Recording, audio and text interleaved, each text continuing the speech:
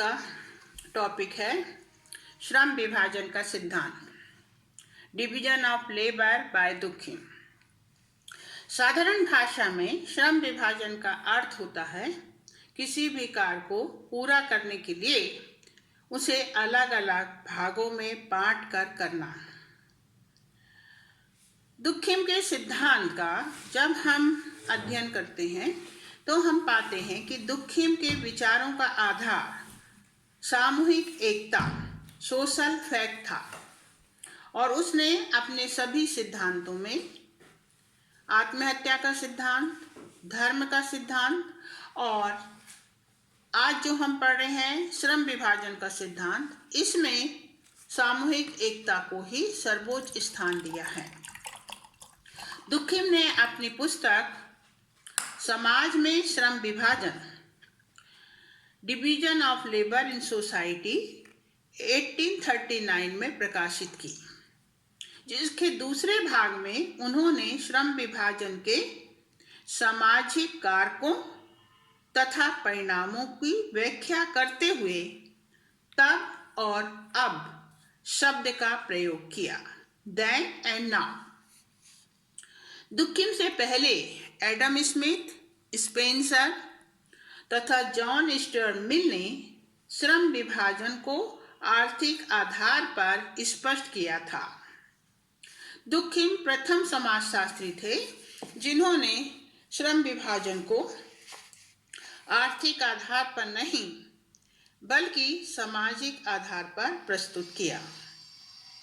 उनका मानना था श्रम विभाजन एक सामाजिक घटना है जो समाज में परिवर्तन के साथ साथ सामाजिक एकता को उत्पन्न करती है तथा लोगों को एक दूसरे के निकट लाती है।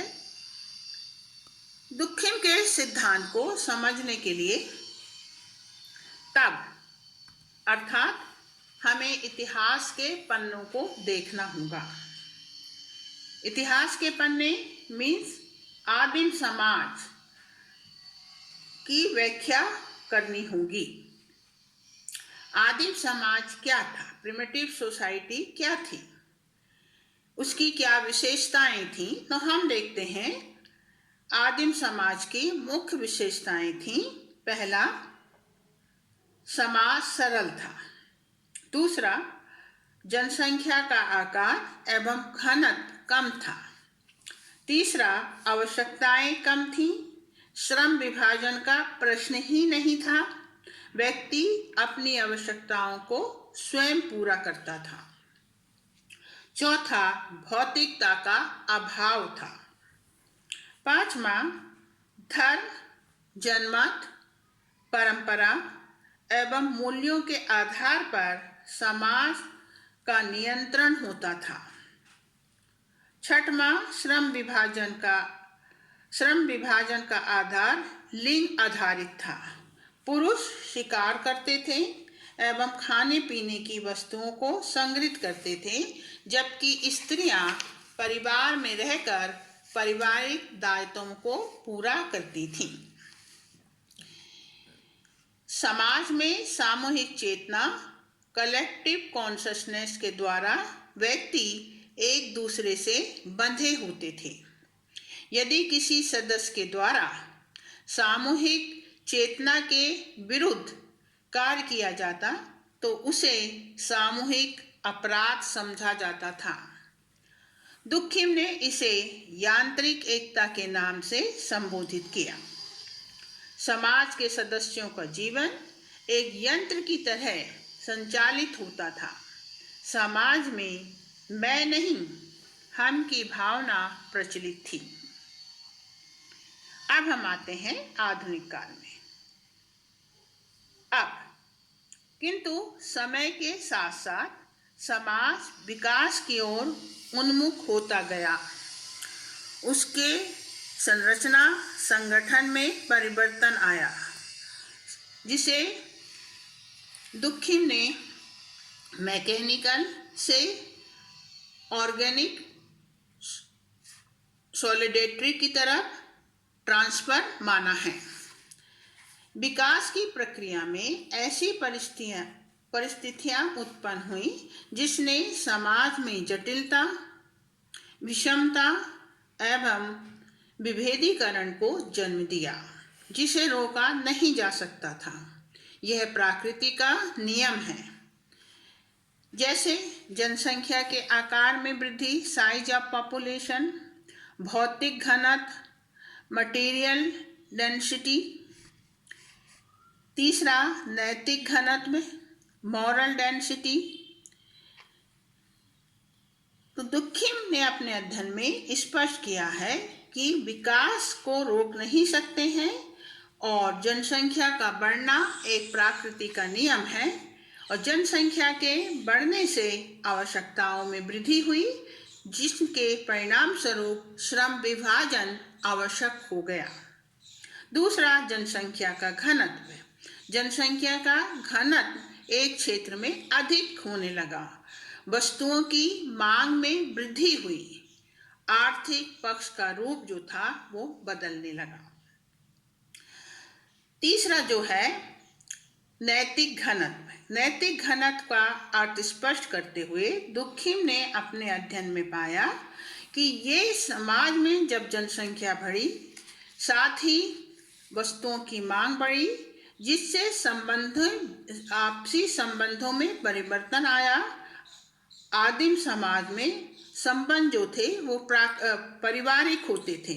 जनसंख्या के घनत्व के बढ़ने से संबंधों में जो परिवर्तन आया, उसने संबंधों में आर्थिक एवं वैधानिकता का बोलबाला बढ़ गया।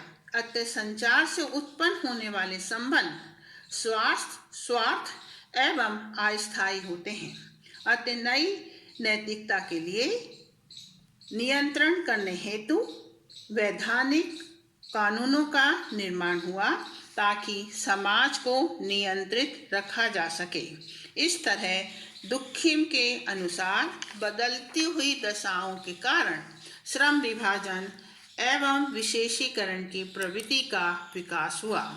यांत्रिक एकता से समाज शारीय एकता की ओर ट्रांसफर हो गया। अब प्रश्न उठता है कि इस विविधता, विषमता एवं विभेदीकरण के बीच सामूहिक एकता कैसे बनी रह सकती है। इसका उत्तर देते हुए दुखिम लिखते हैं कि ऑर्गेनिक सॉलिडेरिटी, शारीरिक एकता का संबंध मानव के शरीर के अंगों जैसा है। जिस प्रकार मानव शरीर के भिन्न भिन्न अंग होते हैं, प्रत्येक का कार्य अलग अलग होता है, किंतु फिर भी इनमें अंतर संबंध और अंतर निर्भरता के कारण शरीर स्वास्थ्य रूप से कार्य करता है। ठीक इसी तरीके से आधुनिक समाज में श्रम विभाजन के कारण यद्यपि समाज की विभिन्न इकाइयों में कार्यों का विभाजन होते हुए भी वे एक दूसरे से स्वतंत्र नहीं होते हैं। उनमें अंतर संबंध और अंतर निर्भरता बनी रहती है। श्रम विभाजन के कारण प्रत्येक व्यक्ति को एक विशेष प्रकार का ही कार्य करना होता है। अतः अपनी अन्य आवश्यकताओं के लिए उसे अन्य व्यक्तियों के ऊपर निर्भर रहना पड़ता है, जो श्रम विभाजन के द्वारा अलग अलग कार्य करते हैं। इस पारस्परिक निर्भरता और एकता से ही दुखिम शारीय एकता के नाम से संबोधित करते हैं। चित्र के द्वारा हम समझ सकते हैं कि किस प्रकार से श्रम विभाजन जो है वो एक स्तर से दूसरे स्तर की ओर बढ़ते हुए व्यक्ति की आवश्यकता को पूरा करता है। पहले चित्र में बताया गया है किसान जो कपास उत्पन्न करता है, दूसरा फैक्ट्री का मालिक जो फैक्ट्री का निर्माण करता है, तीसरा मजदूर जो कि फैक्ट्री में काम करके कपड़े को निर्मित करता है। निर्मित कपड़ा जो होता है उसे बाजार तक पहुंचाने के लिए परिवहन की आवश्यकता होती है और परिवहन के द्वारा वो बाजार तक पहुंचता है। बाजार से वो दुकान मालिक के पास जाता है और दुकान मालिक से नागरिक के हाथ तक पहुंचता है। तो इस प्रकार से श्रम विभाजन जो है, जब उत्पादन बड़ी मात्रा में होता है, मांग बढ़ जाती है, तब उस स्थिति में श्रम विभाजन जो है समाज के लिए आवश्यक हो जाता है, जिसे दुखिम ने श्राव्य एकता के नाम से स्पष्ट किया है। अपने अध्ययन में दुखिम ने श्रम विभाजन के सामाजिक परिणामों को भी स्पष्ट किया है। दुखिम अपनी पुस्तक में श्रम विभाजन के परिणाम को स्पष्ट करते हुए लिखते हैं कि श्रम विभाजन से समाज की रचना और संगठन प्रभावित होती है, आर्थिक ढांचा पूरी तरह बदल जाता है। ढांचे के बदलने से संबंधों में परिवर्तन आता है, आर्थिक रूप से औद्योगिकरण और पूंजीवाद को प्रोत्साहन मिलता है। समाज में अनेक विसंगतियां परिवर्तन के कारण उत्पन्न होती हैं और इससे संघर्ष एवं अव्यवस्था दिखाई देती है, जिसकी उसने निम्न आधार पर व्याख्या की है। तो इसे भी मैंने चित्रों के द्वारा आप लोगों को समझाने की कोशिश की है। पहला परिणाम क्या है? विशेषीकरण। दूसरा प्रतियोगिता। तीसरा कार्य का महत्व। चौथा पारस्परिक निर्भरता। पांचवा सहयोग और छठवां जो है वो व्यक्तिवादिता। तो इसे हम चित्र में इस प्रकार से समझ सकते हैं कि विशेषीकरण, जैसे जैसे श्रम विभाजन बढ़ता है, उत्पादन अधिक मात्रा में मास प्रोडक्शन होता है। कुछ समूहों के द्वारा एक ही काम को जब बहुत दिनों तक किया जाता है तो उनमें कार्य में कुशलता आती है, विशेषीकरण प्राप्त होता है, जिससे कुछ समय बाद समाज में कुछ ऐसे समूहों में समाज विभाजित हो जाता है जो एक विशेष कार्य में दक्ष होते हैं। भारत में हम जाति प्रथा को देखते हैं कि भारत में जाति प्रथा जो है उसके द्वारा पूरे समाज के कार्य जो है निर्धारित हैं। व्यक्ति को अपनी ही जाति द्वारा निर्धारित कार्य को करना होता है। तो निश्चित है कि व्यक्ति अपने कार्य में एक ही काम को हमेशा करता रहता है, बहुत समय तक करता है, तो उसमें कार्य में कुशलता दिखाई देने लगती है। तो इस चित्र के द्वारा मैंने बताया है कि विशेषीकरण हुआ और विशेषीकरण जो है उससे क्या होता है कि लोगों में प्रतियोगिता आरंभ हो जाती है। जैसे कि हमने देखा कि फैक्ट्री का मालिक है, मालिक ने मजदूर लगाए और मजदूर जो हैं उसमें कुछ मजदूर बुनकर हैं, कुछ डिजाइनर हैं, कुछ प्रिंट करने वाले हैं। तो इन मजदूरों में कुछ मजदूर ऐसे होते हैं जिनके कार्य में बहुत अधिक हमें कुशलता दिखाई देती है। तो ये कुशल जो मजदूर हैं, यदि हम मान लें कि ये जो मजदूर हैं इनकी संख्या 50 है, तो 50 में से 10 मजदूर ऐसे मिलते हैं जो काम की वीविंग में, कुछ डिजाइनिंग में और कुछ मजदूर जो हैं प्रिंट करने में बहुत अधिक कार्यकुशलता प्राप्त कर लेते हैं। तो इन लोगों में विशेषीकरण के बाद क्या आती है? प्रतियोगिता आ जाती है। और ये जो प्रतियोगिता होती है ये पूरे समाज के सभी प्रकार के व्यवसायों से प्रतियोगिता नहीं होती है। यहाँ इस बात को ध्यान रखना चाहिए। बल्कि जैसा हम यहाँ देख रहे हैं कि फैक्ट्री के जो मजदूर हैं या डॉक्टर हैं तो डॉक्टरों में होगी, टीचर हैं तो टीचरों में होगी। जो एक व्यवसाय करते हैं उसी व्यवसाय के लोगों में क्या होती है? प्रतियोगिता आरंभ हो जाती है। जब प्रतियोगिता आरंभ होती है तो निश्चित है कि कार्य का महत्व जो होता है बढ़ जाता है। व्यक्ति में अपने कार्य के प्रति क्या होती है? रुचि बढ़ जाती है। एक वर्ग विशेष के जो लोग होते हैं वो एक ही कार्य करते करते दूसरे लोगों से अच्छा कार्य करने लगते हैं, तो वो एकाधिकार प्राप्त कर लेते हैं। इससे वर्ग विशेष जो होता है उसका क्या होता है? महत्व बढ़ जाता है। और कार्य के प्रति उनमें निष्ठा आती है, वो और अधिक कार्य करते हैं जिससे उनके कार्य में और अधिक क्या आ जाए, और अधिक कुशलता वो प्राप्त कर सकें। तो इस प्रकार से विशेषीकरण पहले होता है, विशेषीकरण के बाद प्रतियोगिता आरंभ हो जाती है। प्रतियोगिता के होने से व्यक्ति में कार्य का महत्व बढ़ जाता, और भी मजदूर जो होते हैं वो अच्छा काम करने की कोशिश करते हैं ताकि उनकी भी डिमांड जो है वो अधिक हो सके। तो इस प्रकार से तीसरी जो परिणाम होता है, इम्पोर्टेंस ऑफ द वर्क, और चौथा जो है इंटरडिपेंडेंसी।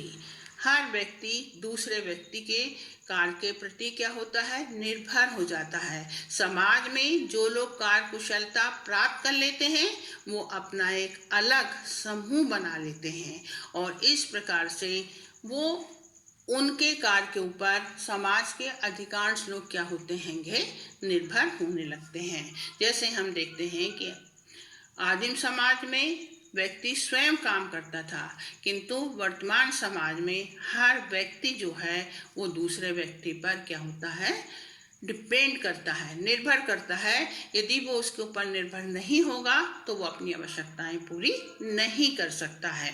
तो इस तरह से एक किसान जो है वो पहले खेती का काम खुद कर लेता था, किंतु आज वो दूसरे के ऊपर क्या हो गया है, डिपेंड हो गया है।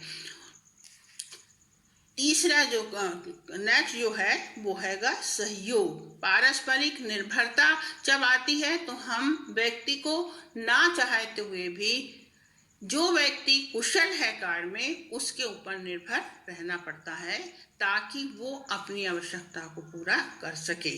तो इस प्रकार से दुखिम के अनुसार श्रम विभाजन में यदि हम देखते हैं कि व्यक्ति अलग अलग रहकर काम करता है, किंतु उसे अपने अस्तित्व को बनाए रखने के लिए, अपनी आवश्यकताओं को पूरा करने के लिए दूसरे व्यक्ति से सहयोग करना पड़ता है।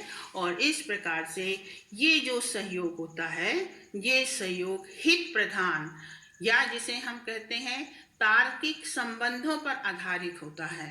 तार्किक सहयोग ही समाज को सावयिकता की ओर ले जाता है, और धीरे धीरे इसी व्यवस्था से जो लोग कार्यकुशलता प्राप्त कर लेते हैं ये क्या करते हैं, अपना एक ग्रुप बना लेते हैं, और धीरे धीरे इनके व्यक्तित्व का प्रभुत्व बढ़ जाता है और इनमें व्यक्तिवादी की भावना का विकास होता है। और व्यक्तिवादी जो भावना है इससे विघटन ही नहीं होता है, बल्कि दुखिम ने अपने अध्ययन में इस बात को स्पष्ट किया है कि व्यक्तिवादी भावना जो है उसके बढ़ने से श्रमिकों का लाभ प्राप्त होता है। जैसे हम एक उदाहरण के द्वारा देखते हैं कि कुछ काम ऐसे होते हैं जैसे सफाई करना, ये एक ऐसे काम होते हैं जो कि हर व्यक्ति नहीं कर पाता है।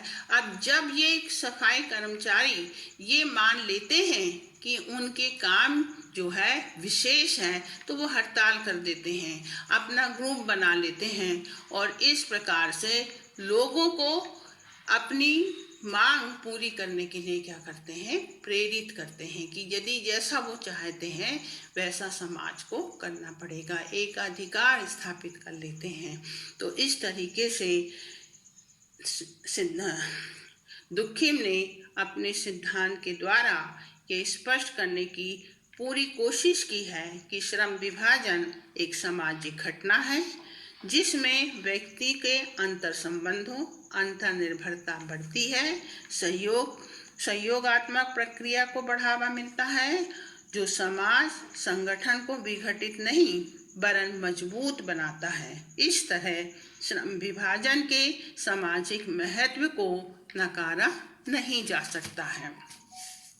अब यदि आपको वीडियो पूरी तरह से समझ में आ गया है, अच्छा लगा है, तो आप इसे लाइक कीजिए, और यदि आपको किसी प्रकार की शंका है तो आप उस शंका को मुझे ज़रूर कमेंट्स के द्वारा बताइए ताकि मैं उसे दूर कर सकूं।